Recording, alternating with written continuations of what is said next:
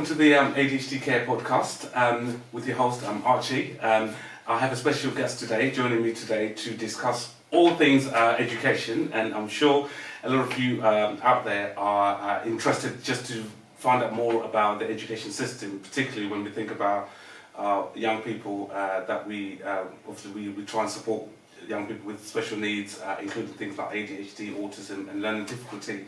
I'm honoured to have our special guest today, Fintan O'Regan.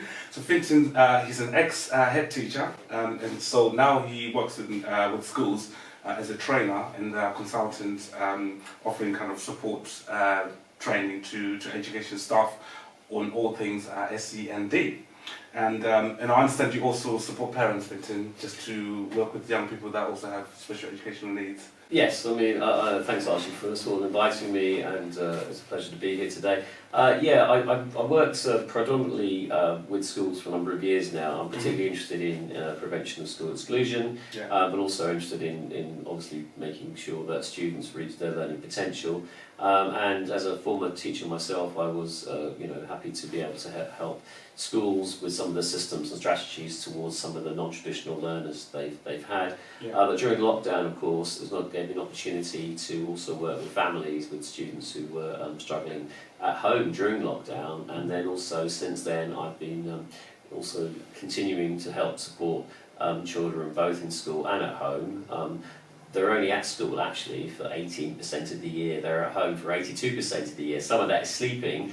There's a lot more time spent out of school than in school, so that's been an area I've been really enjoying also working with.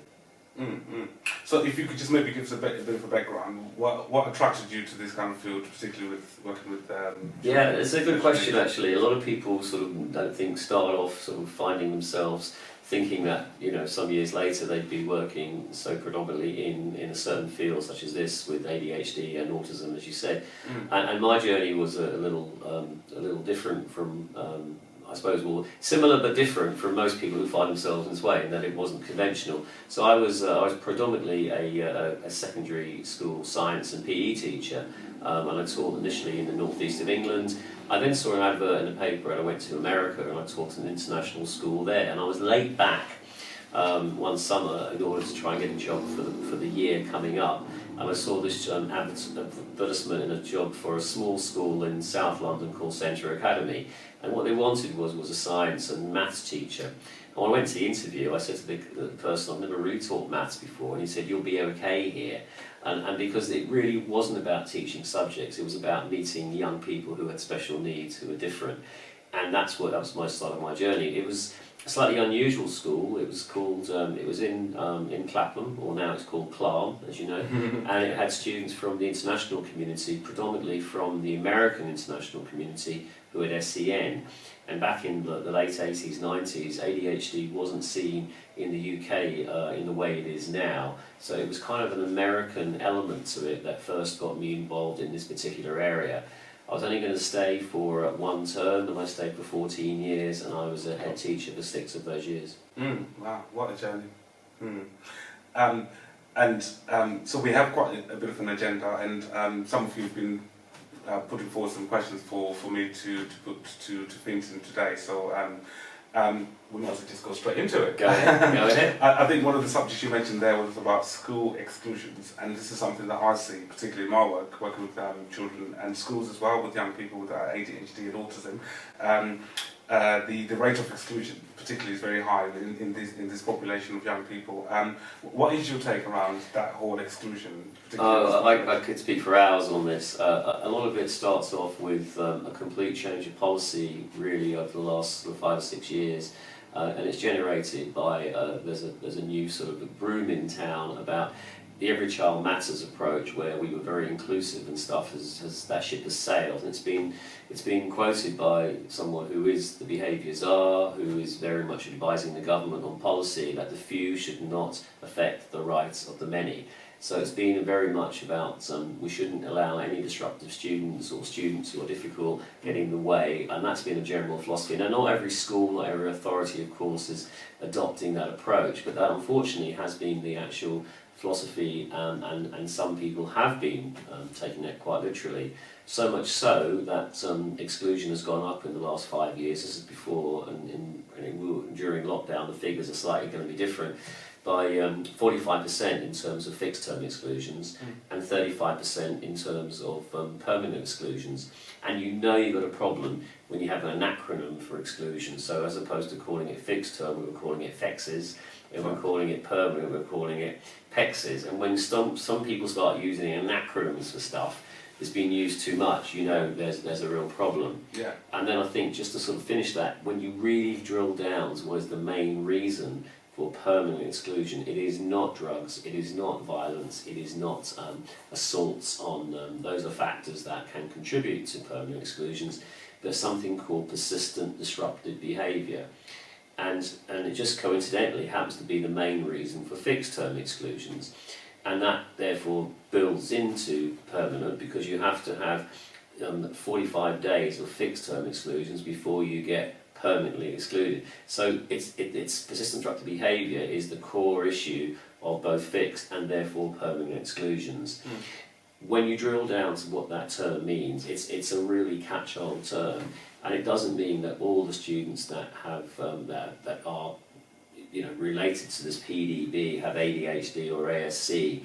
But honestly, Archie, when you look at the characteristics that we're looking at, then a lot of them do seem to have, there is an overlap. And what I can tell you is this, from a head teacher and from an advisor and from a consultant, if the second fixed term exclusion doesn't change the philosophy in terms of what the family and the child and the school are going to do, the 6th, 7th, 9th and 10th are not going to change it. And it's just this, that's the frustration that once something is happening, we're alerted to it, we keep on using the same blunt instrument to deal with the issue, and that's really what gets me up in the morning and really, drives me to sort of try and see about seeking change. I see it as how these schools, not all, obviously, we don't want to sort of bash all the schools and say they're all the same. Some schools are, I feel they are well inclusive and they try their best to accommodate these young people. But what I tend to see is how the education system in general sometimes doesn't seem to fit, particularly with the young people that we see with SEND and autism and ADHD. So we're trying to get them to fit into this kind of generalised kind of way of how, so treat everyone the same, essentially. So rather than trying to adapt to their needs and accommodate and have adaptations in the environment. Yeah, and it doesn't have, we're obviously, let's face it, we are both interested in certain areas. I'm interested, not so much in terms, but in traits. But that point you're making is very true, that there's a misunderstanding that just because you're at the same age, you're not at the same stage. And as you know, I've been trying to look at this, trying to change the D's in ADHD from deficit disorder to developmental difference, because I find that in my training with schools, once they understand that he or she is not at the same stage as his age, that he might be a 15-year-old, but he's got impulse control and concentration skills as a 12-year-old, and maybe creativity as an 18-year-old. It's a developmental difference, it's not a deficit disorder. Once that penny drops, they stop comparing what they do to their peers. So that's a very crucial area to try and get across. Now, it doesn't mean that people can get away with things. There's still going to be some things that are in terms of health and safety, and in terms of, there's got to be some non-negotiables for everybody. But we do need some flexibility for people who are not at the same stage as their age, and that's really the quest. And to be fair, as you said, a lot of schools have been adapting. I think the issue of there's so many pressures on schools, and that is very, obviously people will know that. But a little bit of training, a little bit of knowledge, a little bit of understanding about why people do things and what's the message behind it can dramatically reduce the impact of what we're seeing in terms of exclusions, and that's been happening in many schools that have been adapting and want to know different ways of dealing with things. Mm-hmm. And I know part of your training that you do in consultancy work, you talk a lot about behaviour and the message behind a behaviour rather than seeing it as a personal attack to you as the teacher. And you talk about, remember you mentioned something about BDS? yeah, it's an old long story that, but it's basically, I mean, the message, behaviour is a message, a lot of people understand that, and what's the reason why someone pushes back and doesn't appear to want to do what everyone else seems to do, and I guess I went to a course once and the guy was saying that it was about BDS, and he said it was called bad day syndrome, and that itself wasn't very helpful, but what it did was it helped me sort of analyse really what we're talking about when we want to change behaviour, and I decided that instead of talking about behaviour, I was going to be talking about changing mood and mood and motivation, and so I've been working with the M's, if you like, as opposed to behaviour. So for me, it's not about it's not about changing behaviour. It's de-escalating situations that lead to a better mood, and you get a better mood, you get a better result, you get a better outcome. Mm-hmm. So I don't talk about behaviour management. I talk about management of mood. Mm-hmm. And just obviously being an ex-teacher yourself, in terms of the actual training that teachers have, does that include what you're talking about? No, I'm afraid it doesn't. And and you would think the obvious thing would be that in teacher training that there would be a lot of information given, because we are an inclusive sort of school system. The whole special school, mainstream school was very much reorientated some years ago. And there's so many pressures on that time in order to prepare lessons, in order to sort of in order to sort of like be able to sort of analyse other aspects of education. But SEN training, I'm afraid, for new teachers in particular, is very minimal indeed. Mm-hmm. And it doesn't necessarily mean that that what's being given now isn't very good. There's just not a lot of it. I mean, I saw a book the other day which was an A to Z of SEN, and there's about 9 terms, Archie, under A. I haven't got to the B's yet. Wow. So so there is an awful lot to take on board. But I think if we were to take on board some of the key terms and traits, autism, ADHD, dyslexia, some of the other elements of that learning difficulties, maybe some aspects of what we call oppositional defiant disorder, maybe the term itself, but in terms of de-escalating some of the non-traditional learners. And I think what we are moving into, fortunately, is an area of not wanting to know more about neurodivergence. I think that's happening not just in schools, it's happening as a society. So I think that will translate at some point through the educational system. So I think everyone will benefit from that. And any message you might want to give to newly qualified teachers? Well, I think first of all, don't give up. Never give up. And some of you will do things hopefully differently from some of the people who it's your turn.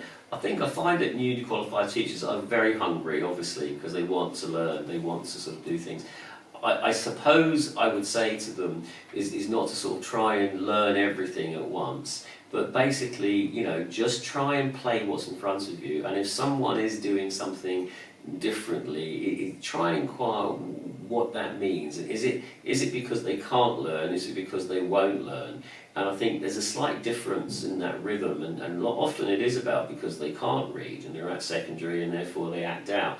So you said before, behaviour is a message. So I think it's also about not just reading everything on the internet and believing it all as well. I think I would definitely say to new teachers to basically look at a colleague, a slightly more experienced colleague, someone that you rate in terms of how they deal with people. Because in the end of the day, you can call it ADHD, ODD, BBC, MTV, it's about dealing with people. And it's about people's skills. And I think if you see someone who's got a way of de-escalating things or developing rapport and trust in someone, then I think they'll be a good role model for you to consider, as opposed to going online, which is never a bad thing. But I would look at individuals within your own community and learn from them.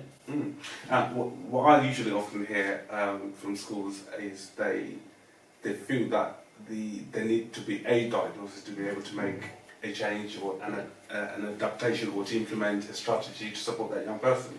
And yet we say, even if there is a diagnosis, the strategy is going to be still the same in terms of what we'll be recommending. Yeah, I mean, it's one of those anomalies. You're absolutely right, and then you don't need a diagnosis to allow someone to fiddle in your class, or to not look at you when you're speaking, or to doodle when you're doing that, or to offer them a movement break, or to make sure that you've basically broken things down. You don't, or a visual timetable. Yes, it does drive me to distraction that you need a diagnosis to do that. I think in some cases, you should play what's in front of you.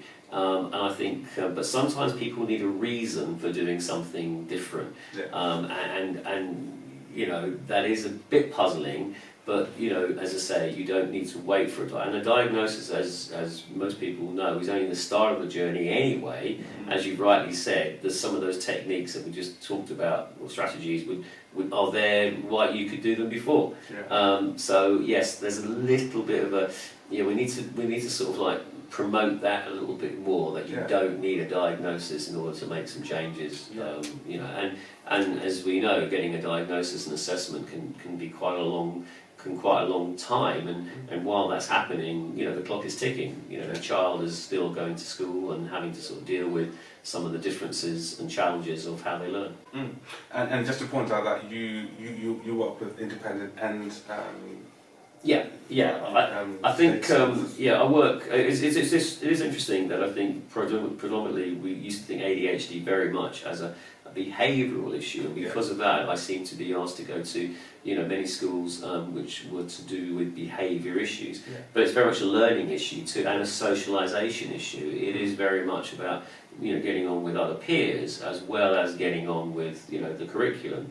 And I think what's happened is the independent schools for many years, I think what happened was when they had students who had a different learning difference, I think dyslexia seemed to be the term that everyone was referring to, and for many kids that was probably one of the reasons. But I think they've realised now that the independent schools, that dyslexia is not the only reason why children are different.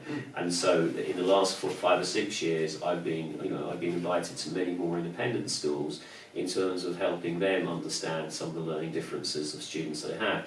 And there are issues of behaviour, but also remember what we're also looking at, not just in both independent and in state, is learning potential. It's loss of learning potential. We're not, children aren't achieving what they could do. I mean, I always use this analogy about. It happened actually in a recent independent school where this teacher said that the student's like a computer without the printer attached. He's got the information in his head, but he can't give me the hard copy. And you don't judge kids on what they know, you judge them on what they tell you they know. As you said, my job is to try and find out how to get that hard copy. And I thought that was a brilliant analogy about what we're trying to do. So she knew he was different, she didn't know why. And then we went in and started talking about some of the differences in terms of processing and some of the differences in impulse and concentration that are related to ADHD. The pennies dropped, and once developmental differences was understood, we really were able to fly.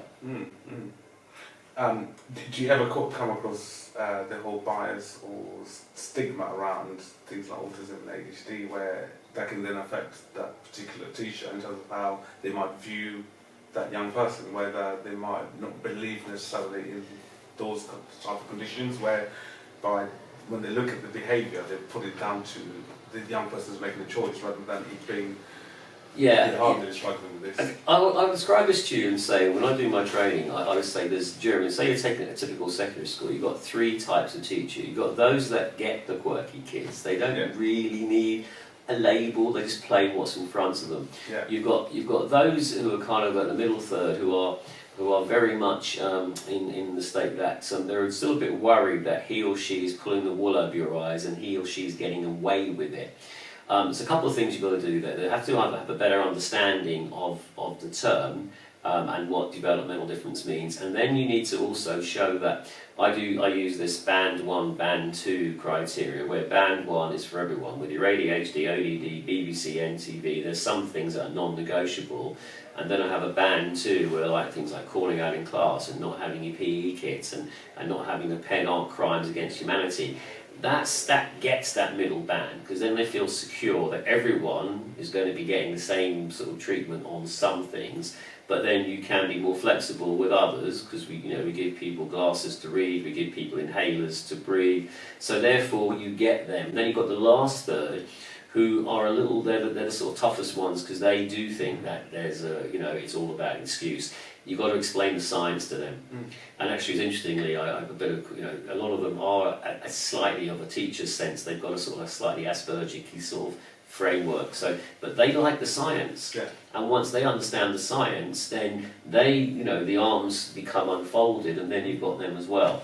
So that's my strategy. You go in for the 3/3, and you're not going to get everybody who's going to agree with you. I think the only other thing to say on this is that sometimes people don't like labels, and I think we have to accept the fact that that's going to be their choice. Yeah. So I do talk a lot more about traits than labels. And in a way, it's not a bad way of doing it, because as you know well, overlap with other terms or conditions is the norm and not the exception. So whereas the terms are relatively new, the traits have always been around and will always be around, and therefore they need support. Yeah, yeah.